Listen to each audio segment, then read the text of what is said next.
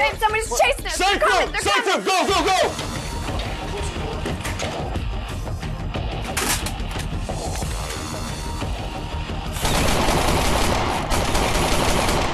Stay down! Get the phone, call 911.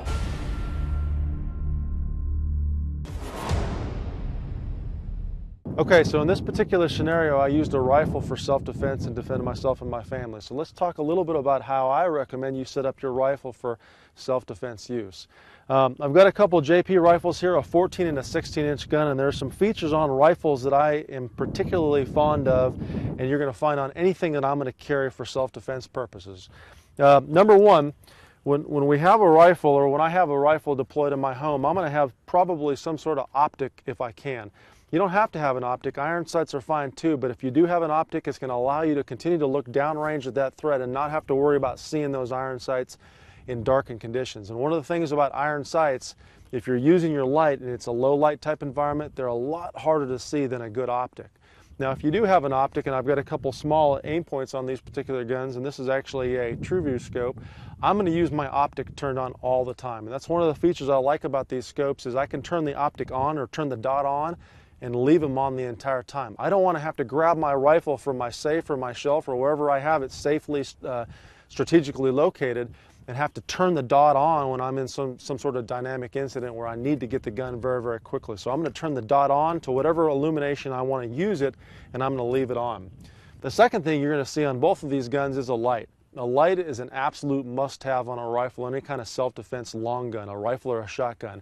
And here's the deal. I can use a handheld light with a handgun in self-defense situations, but with a long gun, it's really, really difficult if I have a flashlight and I'm searching my home and I'm trying to shoot and search and do all these things with a long type system. So I've got a Surefire Scout light mounted to both of these guns. They've got a pressure switch on them. They're very nice. If you notice, I have both of my lights mounted at the 6 o'clock position, which allows me, when I'm working around a piece of cover or a wall or something like that, to mount the light in a position where I won't get a lot of washback if I had the light on the left or the right-hand side of the gun, which is pretty critical to me. All of my guns will have some sort of backup sight system, so if the optic fails for whatever weird reason, I can deploy obviously the front sight first and the rear sight. These are the Magpul backup sights that flip up very, very quickly. They're not precision instruments in that I'm going to be shooting long range with these iron sights. They're just there. If my optic fails, I can deploy them very quickly and use them at closer ranges, which for me would be inside of a room or inside my own home. Last but not least, I've got a sling system on each of the guns, which allows me, if I deploy the rifle in my home or any other situation, to sling up. Now, this is pretty important for me in my house, but more importantly for those of you that may be in the military or law enforcement that carry a rifle, because if this rifle fails to work in a situation where I'm very close range to someone, I'm going to transition to a handgun if I have one on. If I don't have a sling system, I'm going to either be doing a one-handed transition, which is not a great thing, or I'm going to be dumping the rifle when I go for the handgun. So a sling system is going to allow you to do all kinds of stuff, from transition to the handgun, to sling it to your side, to put hands on someone, to pick up a child, or whatever you need to do in that particular situation. So this is the 14-inch gun. This is my preferred gun in my house because it's a shorter gun. It allows me to operate it around walls and doorways much easier. It is a non-stamped gun because it has a full-time flash hider that's welded onto the gun, so I don't need to worry about a tack stamp or anything like that. Lastly, the magazines. These Magpul magazines are cinched together, so the reason I do that is if I'm going to deploy the rifle and load up without having to strap a belt on or additional magazine pouches on my belt, which I may not have time to do, I can quickly load, and I have 60 rounds in here, so I don't have to have an additional magazine in my pocket or whatever else. I've got 60 rounds to fight with or defend my home, which is a lot of ammunition. So let's go ahead and take this rifle down range, and I'll talk to you a little bit about the mechanics of the stance and how we mount the rifle to control it for full recoil. Let's do a live fire drill. Okay, so we're going to work some live fire drills here in the range. Some real basic stuff that's going to get you up to speed on controlling the rifle and getting hits on target, which is what you need to do. If you remember some of the handgun training we've shown, I'm going to go through a progression drill, which means I'm going to progressively shoot more and more rounds. 2, 3, 4, 5, and then back down to 2. Once again, as a reminder, shooting different numbers of rounds, for example, instead of getting in the habit of firing 2 rounds all the time, is going to allow me to think about what's going on in the situation, the stimulus response that I would be receiving from the bad guy when I get hits on target, okay? So I'm going to do a progression of 5 down range here. So let's go ahead and load and make ready. To do that, I'm going to go ahead and tuck the rifle into a secure spot, And when I do this, just like we load and make ready with a handgun, I'm going to go ahead and observe that I have a bullet on the right-hand side. See that round on the right-hand side of the magazine?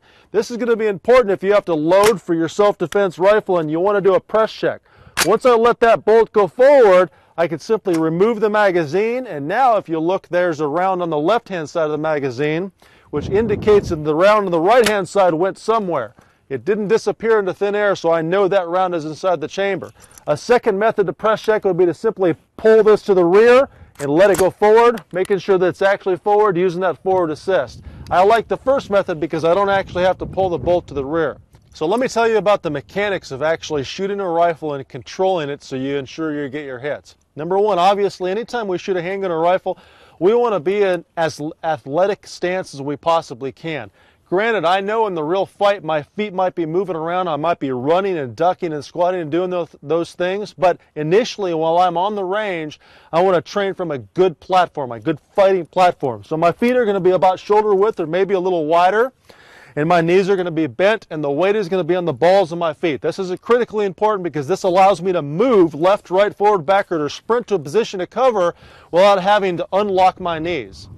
Secondly, when I control the rifle, the buttstock or the placement of the buttstock is of critical importance. A lot of people will place this buttstock really wide on the shoulder, which is pretty good. Matter of fact, I learned how to shoot like this when I was in the Marine Corps from an accuracy standpoint. But the problem is, as the gun recoils, think about me like a pedestal. As the gun recoils, it's actually going to turn my body, and that turning of my body is going to cause that dot to raise high right for a right-handed shooter and high left for a left-handed shooter. So I'm actually going to take the buttstock and I'm going to attempt to center it up a little bit more. Now granted, if you have a bulletproof vest on as a police officer in the military, you're going to have to play around with this particular position because of your plate in your vest or your carrier. But the point is, the more centered I am in the center of my body, the more I'm going to have control, because now as the gun pushes to the rear, it's directly in the center of my body versus the outside of that pedestal. Secondly, the support hand of the gun is going to actually go as far forward as I possibly can. This is a shorter gun and I do have a light there, so I'm limited how far forward I can put my support hand, but I want to slide as far forward as I possibly can. I always want to train for consistency, so I'm actually placing my thumb on top of my light activation switch as I'm firing, because I may have to use my light, and I don't want to train placing my thumb in one position for daylight and one position for nighttime shooting, okay? Strong hand is going to go high on the grip itself, pistol grip itself, and critically important, my strong hand thumb is going to actually ride this safety. If I were left-handed with this particular rifle, I actually have an ambidextrous safety and I could ride that safety with my left thumb. The reason that's important is because when I'm under stress and I'm in a low ready type position, if I decided to mount the rifle, I need to train in the mechanic of wiping off the safety as I ride the gun up to full mount position. So I'm always going to be practicing wiping off the safety and wiping it back on when I'm actually finished shooting. So I'm going to go ahead and fire through a progression of 5, starting with 2 rounds. Watch the scan process because I'm going to stay in the scope through the fight. So I'm going to fire my rounds, stay in the scope, make sure I'm doing my assessment of the bad guy, and then I'll come out of the scope and assess that area and what's behind me. Think about these mechanics. Once again, stable platform, I'm going to start from kind of a low ready position that allows me to see the threat and actually identify whether or not he's armed, and I need to make that decision to fire. Here we go, starting with 2 rounds. In the scope, out of the scope, scan process, see what I need to see behind me, okay? Now don't forget, if you have a 50-yard zero on your rifle, you're probably going to be looking at some mechanical offset. So instead of aiming center mass, because I'm 7 yards away, I'm going to have to hold slightly behind the target. Here we go, moving up to 3 rounds. Following through those shots, finger off the trigger, scan process, wipe that safety back on. 4 shots, here we go.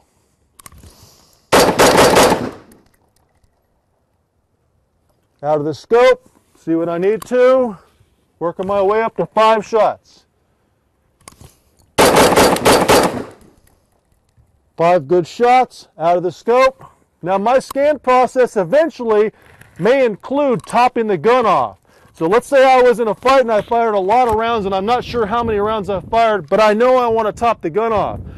Remember, I use this dual magazine cinch so I can top the gun off without having to reach down to my belt, because I may grab the rifle in the middle of the night. So I'm simply going to secure the rifle, keeping my head and eyes down range, insert the new magazine, and now I'm topped off. And that's why that cinch works like that. And now I'm topped off. That's how that dual magazine cinch works. Here we go. Working my way back down. 4 shots. Scan process. 3 shots. And I would work my way back down to 2 shots and so forth. Remember the crawl, walk, run principle. Eventually, after I've worked this stationary drill, I'm going to start moving a little bit. So I may move offline left or right, or work on a position of cover, which is the next drill we're going to do. And let me show you what that looks like live fire. So now I've got that piece of cover set up, and let's talk about the use of cover. With a rifle, when I'm working around a piece of cover, I can work the right-hand side and the left-hand side with the rifle, but I need to change my mechanics. A perfect example with a handgun is when I come around this piece of cover with a handgun, I'm going to roll out behind that piece of cover, and I don't need to worry about the mechanical offset of my muzzle actually hitting the wall or the edge of the wall or something like that. The second thing is, if I roll out to the right or roll out to the left, I'm not really exposing a significant amount of my body on either side. Now with the rifle, when I roll out to the right, I've got to be very careful that I don't allow this mechanical offset, meaning now I can see the target with the dot, but if I actually shoot, I'm actually going to shoot the edge of that, if it's a cinder block wall or something, and hit it. Obviously my rounds won't go down range, and they may also splash back into my face or my body. The second problem is, as a right-handed shooter, because I shoot the rifle on my right shoulder, if I roll out to the left, look at all of the exposure of the left-hand side of my body that I have to expose out from behind cover to get those hits. So the logical solution is to go bilateral and to switch shoulders and to use my left shoulder to roll around this particular position, okay? So the live fire drill I'm going to do here will allow me to work both of those positions.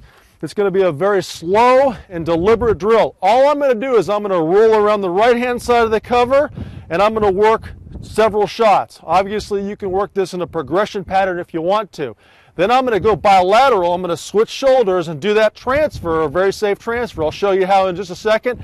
And then I'm going to fire 2 or 3 shots around the left-hand side. Okay? Here we go. Here's what it looks like. Okay, when I get out here, obviously, if I have the rifle in front of my face, I'm going to occlude my view so it's low enough where I can start searching out around this piece of cover. When I finally find that threat, simply going to mount the rifle, fire my shots, scan process, looks like he's down. Now I'm going to practice the other side. Safety is going to go back on. To do my switch, I'm going to reach back with my hand, grab the magazine, allow the buttstock to travel over my sling and replace it on the other shoulder. And I'm going to switch hands now, putting my right hand forward in the gun. Second hand comes back to the controls.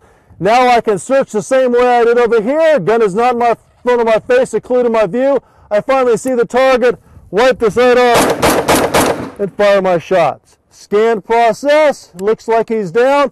I can actually work back and forth here. Back to the other side of the cover, to my right shoulder, work my way out there, see what I need to see, keeping my elbow nice and low. Fire my shots. And that's an example of what live fire drills I would utilize to start training with my rifle, both stationary as well as movement, utilizing a piece of cover and shooting from both shoulders, which are some skills that you're going to have to defend your home or your property if you use a rifle for self-defense. If you train successfully on the range with this particular weapon system, it's one of the best there is. I highly recommend it, but you got to set it up right and you got to train with it. And that's going to be your best defense.